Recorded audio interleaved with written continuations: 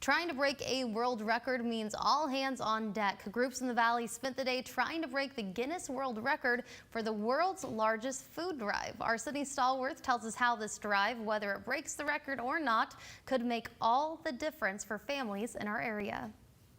From 8 a.m. to 8 p.m., 12 hours to break the record for the world's largest food drive. It's a big task, but one with an even bigger reward for families in need during the pandemic.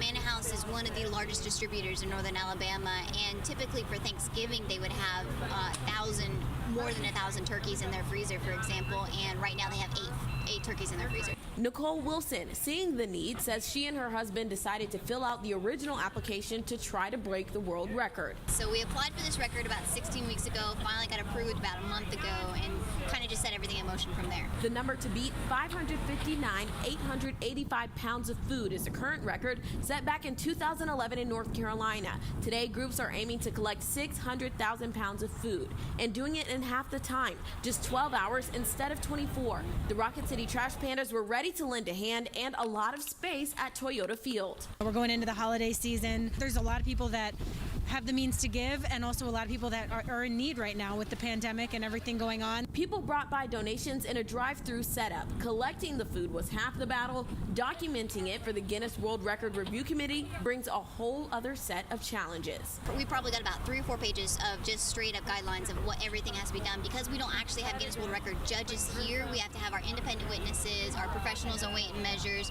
We had to have certified scales, which we have 4 of them here.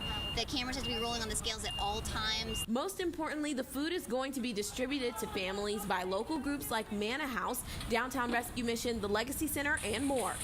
I'm told it could take up to 12 weeks after submitting the paperwork to hear if the record has officially been broken, but they've actually received several thousand pounds of perishable food today. Now, that food can't count towards the record, but it will be put to good use. And if you'd still like to give, consider giving to Manor House. You can find more information on RocketCityNow.com. Putting the Valley first, I'm Sydney Stallworth, WZDX News.